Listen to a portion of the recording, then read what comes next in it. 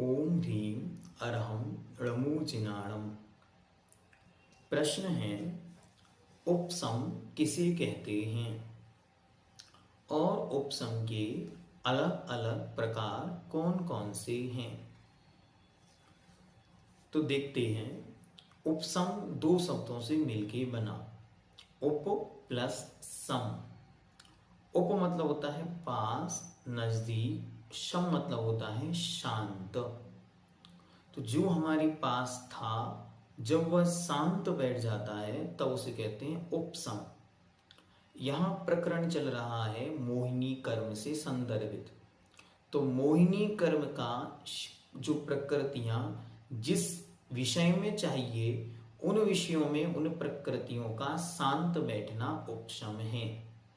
जैसे सम्यक दर्शन की विरोधी 7 प्रकृतियां हैं, तो उन 7 प्रकृतियों का शांत बैठ जाना ही वहां उपशम है। शांत बैठ जाने का अर्थ यह है, वे अभी नष्ट नहीं हुई हैं, सत्ता में अर्थात अपने अस्तित्व में हैं, लेकिन कुछ देर के लिए वे काम नहीं कर रही हैं। जैसे उदाहरण आपको पहले दिया कि जैसे कांच के गिलास में पानी था और उस पानी में किसी ने मिट्टी धूल डाल दी, तो पानी गंदा दिखने लगा। फिर आपने उसमें फिटकरी लगा के और उसकी मिट्टी को नीचे बिठा दिया। इसका नाम है उपशम। मतलब मोहिनी कर्म जो उदय में था उसे शांत तो बिठा दिया, लेकिन अभी वो समाप्त नहीं हुआ, उसी गिलास में शांत बैठा हुआ है। ऐसे जीव की सत्ता में वो शांत बैठा हुआ है, लेकिन अभी उसके अंदर शक्ति, हाँ शक्ति उसके अंदर बराबर है और वो कार्य करने के योग्य हो सकता है। ठीक है, लेकिन अभी वर्तमान में काम नहीं कर रहा है, इसीलिए हम उसे कहते हैं उपशम। अभी उपशम क्या होता है तो देखते।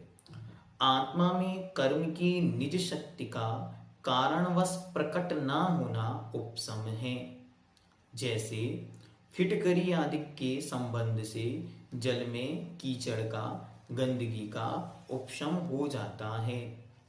जिस प्रकार जल में फिटकरी के डालने से मैले पानी का मेल नीचे बैठ जाता है और स्वच्छ जल स्वच्छ हो जाता है, उसी प्रकार परिणामों की विशुद्धि से कर्मों की शक्ति का अनुद्भूत रहना अर्थात प्रकट ना होना उपशम है।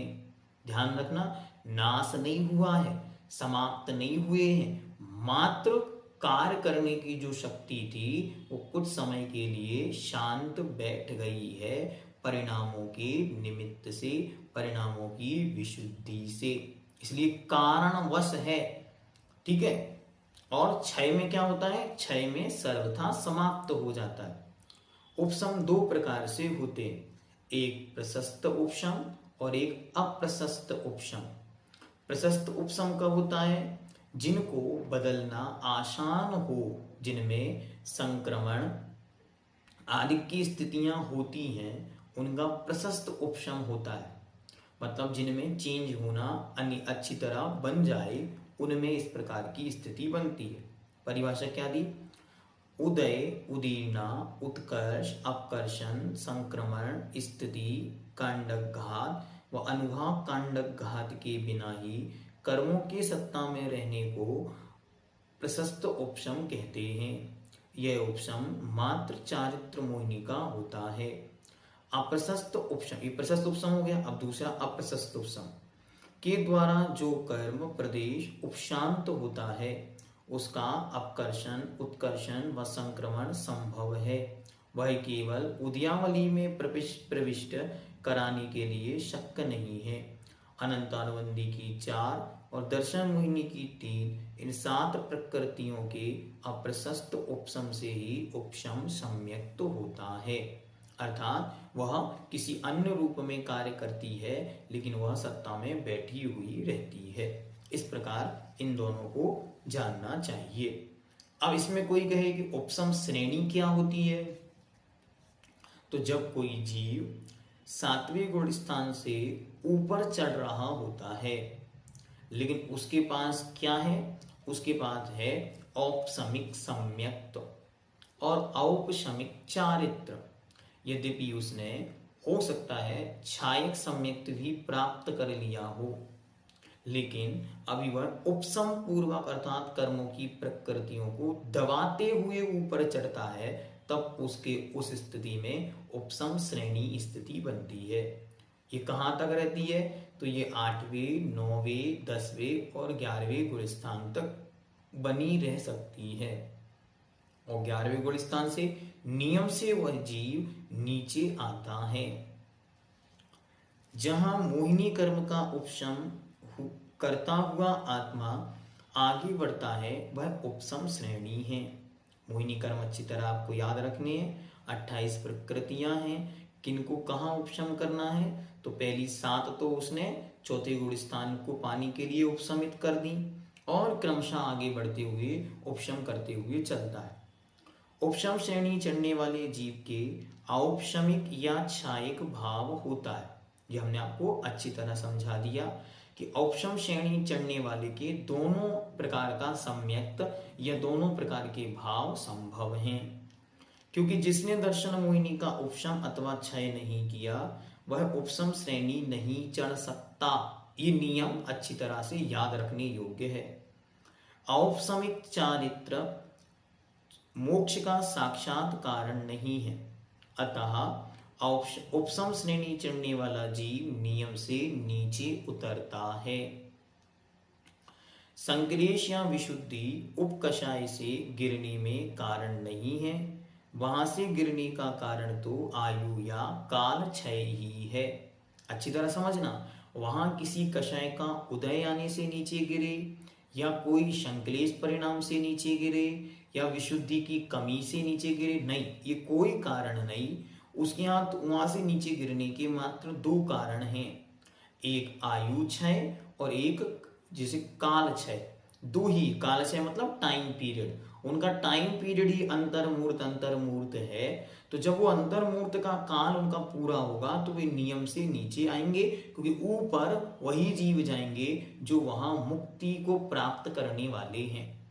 क्योंकि औपशमिक परिणामों से या औपशमिक चारित्र से किसी को भी मोक्ष नहीं होता, इस कारण वे उससे ऊपर नहीं जा सकते, इसलिए वहां से नीचे उतरते हैं। या फिर जो मुनि महाराज उस 11वें गुण स्थान तक पहुंचे हैं, उनकी आयु पूर्ण हो जाए, तो फिर वे वहां से नीचे उतर आते हैं। उपशांत कषाय के काल में आयु के पूर्ण होने से मरकर जीव देव पर्याय संबंधी असंयत गुण स्थान में गिरता है। वहां से मुनि महाराज 11वें गुण स्थान में मानो आयु पूर्ण हुई, तो वे वहां से गिरते हैं और सीधे चौथे गुण स्थान में उत्पन्न होते हैं, मतलब मरकर वह देव बनते हैं। और आयु के शेष रहने पर अंतर मुहूर्त मात्र उपशांत कषाय का काल समाप्त होने पर वह उपसामक गिरकर नियम से सूक्ष्म शांपराय गुण स्थान को प्राप्त होता है। ये तो आयु क्षय बता दिया कि यदि आयु का क्षय हुआ तो वे 11वें गुण स्थान से मरण करके सीधे देव बनेंगे, मतलब चौथे गुण स्थान में पहुंच जाएंगे। लेकिन यदि काल जो अंतर्मूर्त काल है वो वहां खत्म होगा, तो वह जीव वहां से सीधे 10वें गुण स्थान में आ जाएंगे। फिर वहां से अनिर्वृत्तीकरण मतलब 9वें गुण स्थान को प्राप्त होते हैं। इसके पश्चात क्रम से अपूर्वकरण मतलब 8वें गुण स्थान को, फिर प्रमत्त संयत मतलब 7वें, अप्रमत्त संयत मतलब 7वें गुण स्थान को। यहां तक यही क्रम निश्चित है। आगे यदि विशुद्धि हो तो पुनः चढ़ता है, यदि संक्लेश युक्त हो तो नीचे के गुण स्थान को प्राप्त होता है। इसका कोई नियम नहीं है, बहुत अच्छी तरह समझना। और हो सकता है वह जीव नीचे उतरे फिर चढ़ जाए या क्षायक परिणामों के साथ फिर चढ़े और उसी भाव में मोक्ष भी जा सकता है। उपसम श्रेणी से नीचे उतरते हुए जीव के वेदक सम्यक्त को प्राप्त हुए बिना पहले वाले उपसम सम्यक्त के द्वारा पुनः उपसम श्रेणी पर आरोहण संभव नहीं है। तुरंत उपसम श्रेणी चढ़े ऐसा नहीं होता, कन्वर्ट होगा, पहले क्षय उपशमिक सम्यक्त प्राप्त करेगा, पश्चात फिर प्रथम द्वितीय उपशम प्राप्त करके फिर ऊपर चढ़ सकता है। कोई जीव अधिकतम 4 बार उपसम श्रेणी चढ़ सकता है। इसके उपरांत अवश्य कर्मों का क्षय होता है। यदि कोई जीव 4 बार उपसम श्रेणी चढ़ जाए तो फिर नियम से वह क्षायक सम्यक्त को प्राप्त करके और मोक्ष को क्षायक क्षपक श्रेणी चढ़ के नियम से मोक्ष को प्राप्त कर लेता है। और कोई जीव नीचे गिरे तो उन्होंने पहले लिख दिया कि 7वें तक तो नियामक है कि आएगा ही आएगा, और 7वें में जो आएगा वो नियम से 6वां 7वां संख्यातों बार करेगा, और फिर उसके बाद जैसी उसके परिणामों की स्थिति होगी तदनुसार वह नीचे तक आ सकता है। आने की अलग अलग व्यवस्थाएं हैं। अब उपसम सम्यक तो कितने प्रकार का है? तो जो दर्शन मोहिनी की 7 प्रकृतियां कही गई, इन 7 प्रकृतियों को कोई जीव दबाता है, और दबाने के बाद जब इन 7 प्रकृतियों को दबाता है, कौन कौन सी? मिथ्यात्, सम्यक मिथ्यात्, सम्यक प्रकृति, अनंतानुबंधी क्रोध, अनंतानुबंधी मान, अनंतानुबंधी माया, अनंतानुबंधी लोभ। कई लोग सोचते होंगे भैया जी इतनी बार इनको क्यों गिनाते हैं? हम इसलिए आपको गिनाते हैं आपको मुख जुबानी याद हो जाए। नींद में भी कोई पूछे उपसम सम्यक्त कैसे होता है तो गिनाओ, इन 7 के उपसम से होता है, वरना भूल नहीं जाना। ठीक है, तो ये 7 प्रकृतियों के उपसम से आत्मा में जो निर्मल श्रद्धा उत्पन्न होता है उसे उपसम सम्यक्त कहते हैं। और यह 2 प्रकार का होता, एक प्रथमोपशम और एक द्वितीयोपशम। जब पहली बार होता है तब प्रथमोपशम कहलाता है, और जब दूसरी बार होता है तब वह द्वितीयोपशम कहलाता है। या यूं मानो कि किसी अनादि मिथ्या दृष्टि जीव को जब पहली बार सम्यक दर्शन की, किसी भी जीव को जीवन में पहली बार सम्यक दर्शन प्राप्त होगा तो वह प्रथमोपशम सम्यक्त कहलाता है, और उसके बाद जब प्राप्त होगा तब वह द्वितीयोपशम सम्यक्त कहलाता है। लेकिन यदि कोई जीव एक बार सम्यक दर्शन प्राप्त करके और पुनः अर्धपुद्गल परावर्तन के चक्कर में घूमता रहे और लास्ट में जाके फिर उसको प्राप्त होगा, ध्यान से सुनना, तब उसको फिर से प्रथमोपशम सम्यक तो कहा जाता है। ठीक है, अब द्वितीयोपशम सम्यक, द्वितीयोपशम सम्यक विशेष कंडीशनों में होता है, इसलिए सबको हो ये जरूरी नहीं, ये विशेष कंडीशनों में होता है, इसीलिए ये सबके हो इसकी आवश्यकता अनिवार्यता नहीं है। बाकी आपको प्रोसेस हमने बता ही दिया कि किसी ने उपसम सम्यक तो प्राप्त किया, वहां से गिर के मानो पहले गुण स्थान में चला गया तो अब उसे उपसम की जरूरत नहीं पड़ती, अब वो सीधा छायोपशमिक सम्यक तो प्राप्त कर सकता है।